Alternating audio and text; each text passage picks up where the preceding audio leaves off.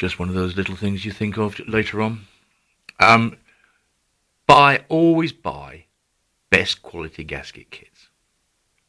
People say, yes, well, you know, the gasket set is 30 quid and here's one I've got for 14 quid. Here is an example. This is a inexpensive foreign brand gasket. And lo and behold, it don't fit. Right, also the holes are too small. Here is an OE quality £30 gasket set. And plonk. There we go. So, and it's the same for all the rubbers and all the rest of it and so on. So you might as well fit new and have it done properly. You only want to be doing it once a year.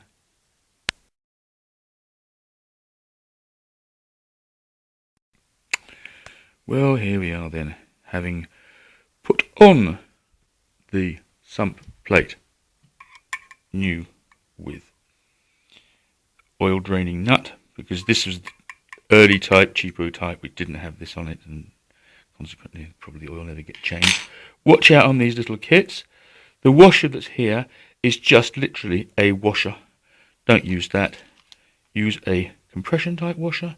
You want 1421 by 2. There we are. Right, this all being done, use the proper little domed nuts, and what I do is I nip it up first of all with a small 1/4 inch drive, and then using your best number 10, set it up, torque it down as seriously as you would a cylinder head. Simple as that. That way they won't leak. Okay, next job then is to put in the new crankcase oil seal. So that will be going on this end of the engine. So I'm going to turn the thing over and get set up. Okay.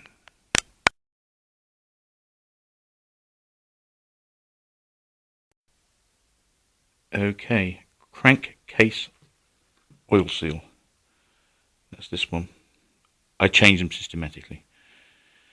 This engine has been reconditioned in the past, and it's got lots of black goop down here and down the bottom, which when it's cleaned up looks quite respectable. It doesn't look as though it's missed anywhere. I don't know how oil tight this engine will be. Right, how to take out a flywheel oil seal. Not a flywheel oil seal, it's a crankcase oil seal. Right, you need your favourite blunt screwdriver.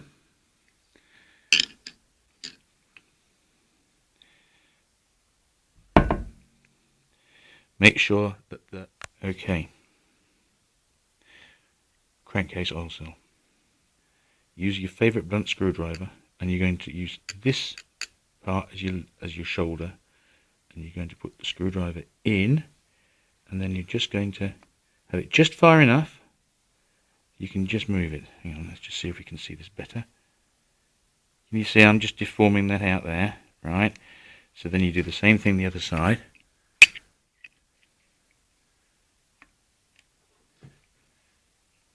There we go. That'll start coming, and then you just work progressively round and pull it out. And the trick is that once you've got to a certain point, you can use these little to help you lift it out. Okay. Right. Okay. Like I've tried to show you, I've now got a gap where we've managed to prise, seal out a little bit. Thing is not to go too far, because if you try and dig it in and pull it out, you'll scratch all the aluminium and the thing won't be very oil tight. And be very careful of these little shims, you see. These are very thin pieces of metal which are used to set the fall of the crank. And don't dig into them and damage them and so on. Don't lose them, don't bend them. Right, so now you see we've now got it so that you can now use that as the lever, and you can now progressively go round. I can do this with one hand. Here we go. You see, it just comes out nice and easy, does it?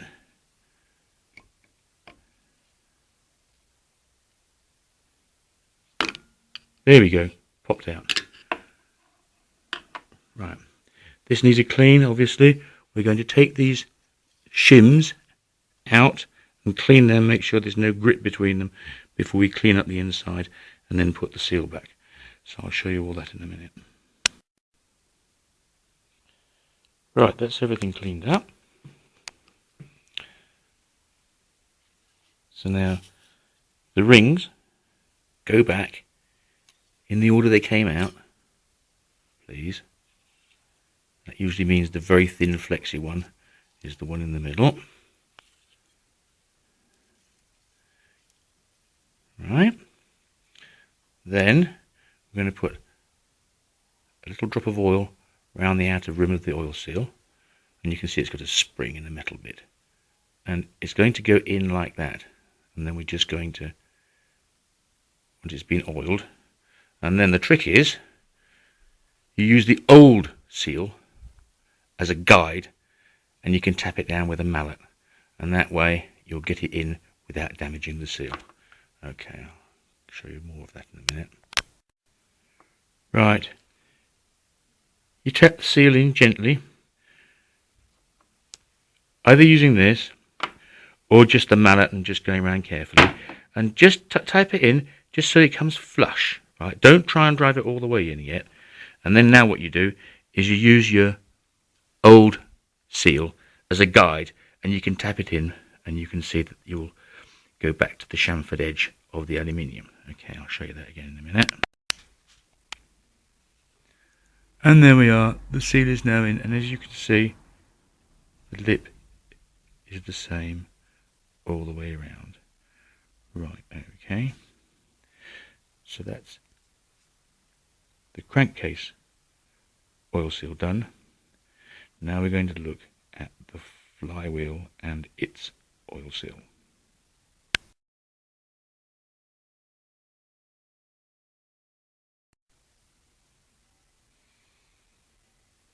Okay, here is the gland nut that holds the flywheel on.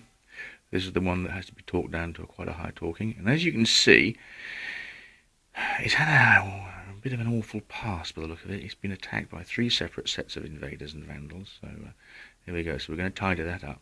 Now, the reason I'm showing you this, oh, by the way, you have to control it with a 36mm socket. You want to make sure that that goes in there beautifully, safely. What you don't want the thing doing is flying off when you're tightening it up or undoing it. Also, I wonder if the camera can pick this up in the light. Yes, you can see down the bottom there, like there's little bearings, little roller bearings in there.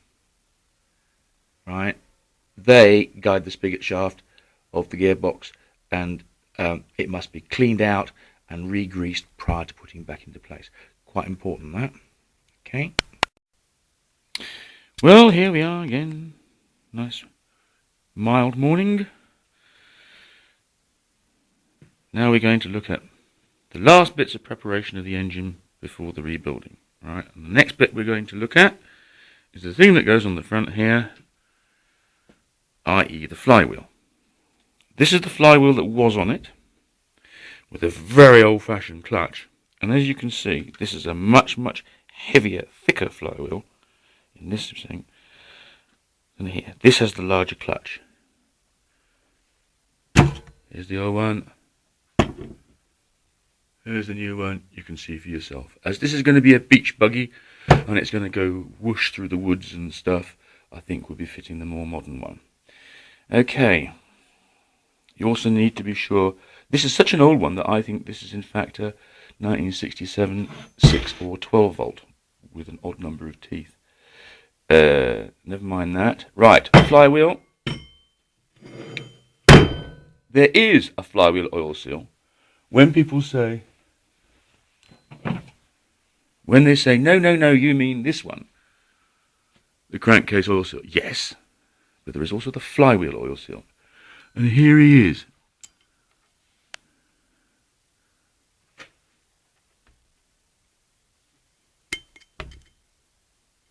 There you are. See? Right. Pull that out.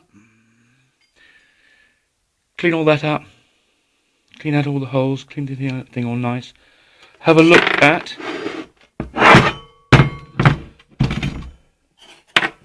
the teeth at the front. Make sure they're all good.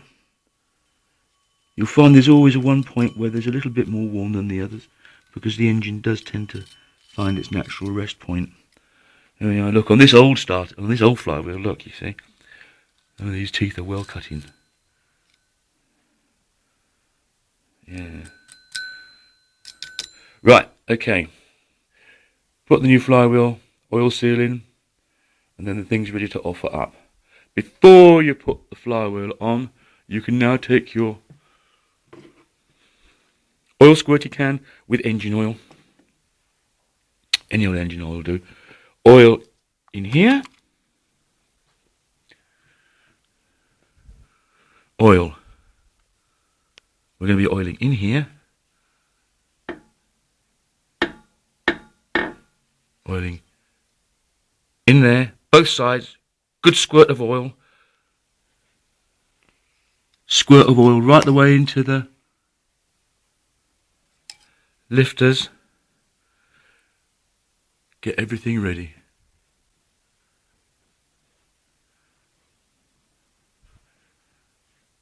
Same thing this side.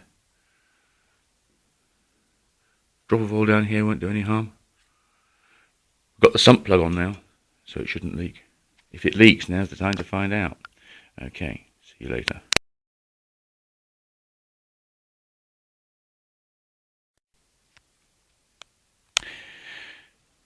Now that we've oiled everything up, and I mean that, really go in, get everything onto the cam lobes, get it all oiled in here, get it all oiled down there. Right.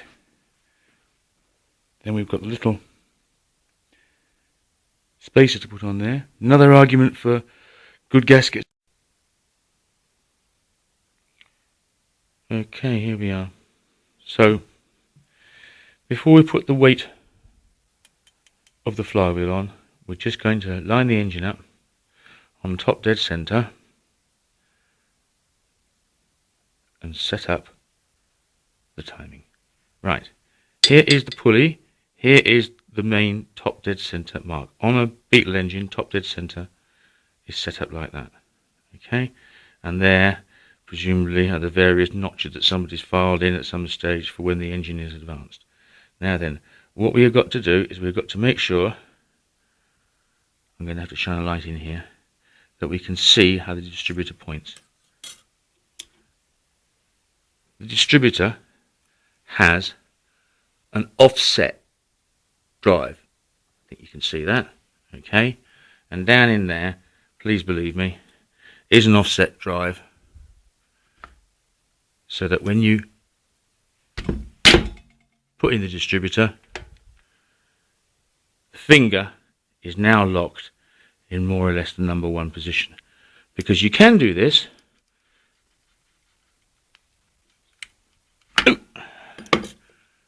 and have it all out by 180 degrees. Right, here you are all lined up. Here you are with your number one piston at fully height, and then when you try and put in your distributor, you find that in fact the finger is going to want to point down here. That is not correct, it's 180 degrees out, and this is why a lot of people have a difficulty starting their engine the first time. That has to be lined there, and that has to be lined there. Okay, I hope I've made that clear. Right, now that that's been lined up, I'm going to put the engine back on its base again, and then we're going to fit the flywheel. Okay, so now the engine's back on its base, and we're going to fit the flywheel. Another example of cheap versus good gasket. Cheap gasket will not fit.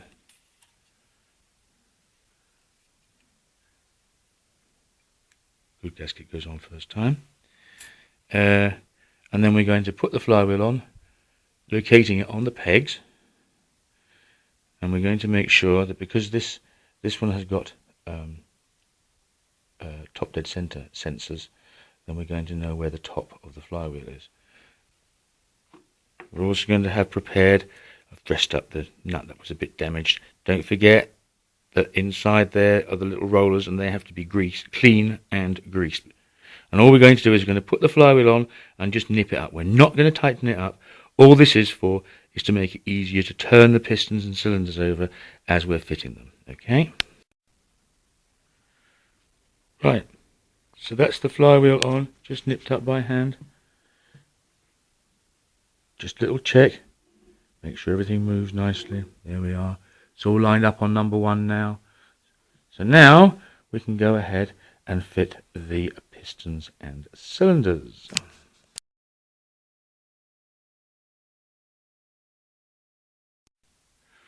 Okay, fitting pistons and barrels. These are Chinese barrels fitted with American pistons and rings. They come in a set of 4. And here's a cylinder, and you put it apart. It's nicely done, it's all micro-honed. Here's the piston, classic VW piston. You see there's an arrow, and the arrow faces the front of the engine. The piston is going to be on the engine that way. Okay. Now the easy way to fit pistons on engines is you take your gudgeon pin, put a little bit of oil or special product onto it, and you just start the piston, you start the gudgeon pin into the piston just until it gets to about there. Right, now you're going to be able to hook that onto the small end bearing, pass the thing through, put in your split pins, and there we go. Okay. So using the little sticking out bit of the gudgeon pin, you hook it over the small end, pass the gudgeon pin through, make sure it stops up against the circlips, and then you're going to fit the circlip to the other side. I just use a little piece of rubber matting stuff to avoid damaging the edge of the piston. And then what you do is you're going to go around and you're going to do all 4 pistons, and then we're going to fit the cylinders. Okay, so now that you've got the front 2 pistons put on, and you put the gudgeon pins in from the rear, going in, it makes it so much easier. Okay, support them on little bits of carpet.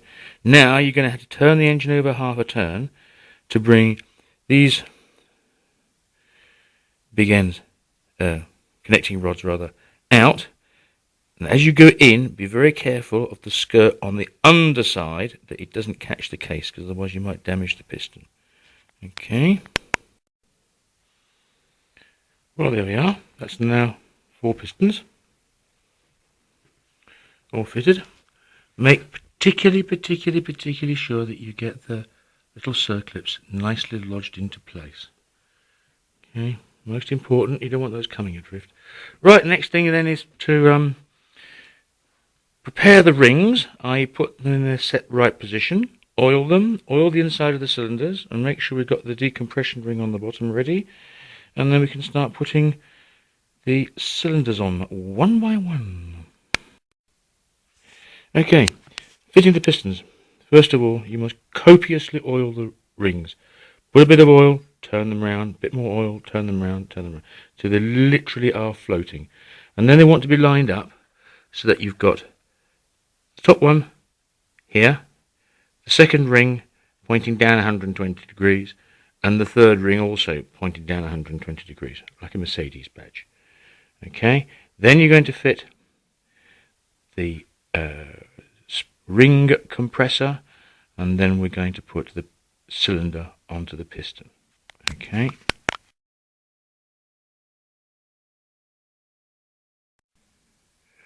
Okay, here's the cylinder about to go on. Here is the piston ring compressor in place. It's just tightened up, and if everything is all lined up properly, don't forget your decompression ring, you should just be able to hit it on with your hand like that. If it resists, you've got a ring caught, so go back and find out what it is. Okay. Okay, so now we've got 2 cylinders and 2 pistons on one side. So now the thing to do is to fit your bottom tin. And your bottom tin clips between the 2 studs there and between the 2 studs there, and clips in properly. I've just pushed it in for the moment. Just clip it in properly, make sure everything's all nice and centralized.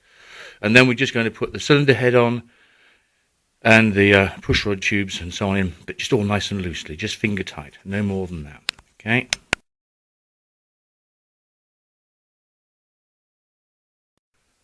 Right, so now we've put all 4 pistons and cylinders on, and as you can see, I've just put the cylinder head on, just rested it on the studs with plenty of room, because now we're going to have to fit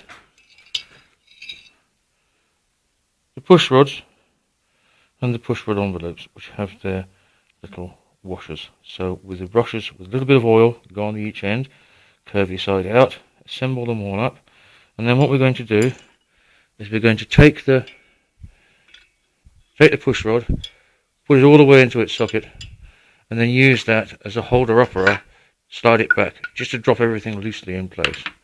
I'll show you what I mean in a minute. Right, so as you can see, the push rods are all loosely in line, just sort of held parallel. Try and get the seam on the top, and also make sure you fitted your engine tin where your cool tin, because it's now or never. If you've forgotten it, then the engine won't run for very long without it. Right, so what you do now is you approach the head to the cylinders, just making sure that nothing's getting caught up, and then you can just about catch, just to use a couple of cylinder head nuts just to hold the whole thing in place. I'll show you what I mean. Okay, so now we simply just push the cylinder head into place, making sure that everything is all nicely lined up on the pushrod tubes, nothing's caught and nothing's angry. And then just one nut here, just to hold everything in place, turn it round, do the other side.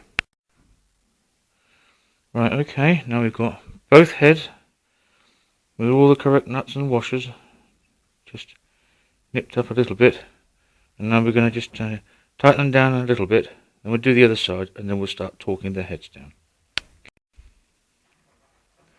Right, now we're ready to start torquing the head down.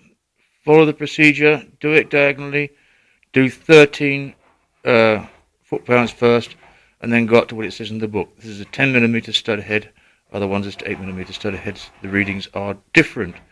Okay, here we go. Right, now that both the cylinder heads have been torqued down, we can look at putting on the rocker gear. Don't forget, you've got to put the little rubber washers in. Look, here they are. One goes on there. And the other one goes on here. Right, I've just put keeper nuts in here, keeper bolts in here just to hold everything in place. This all winds up. Fit them on. Make sure that the push rods are properly seated in their little things, and then we do both sides, and then we can look at doing the valve timing.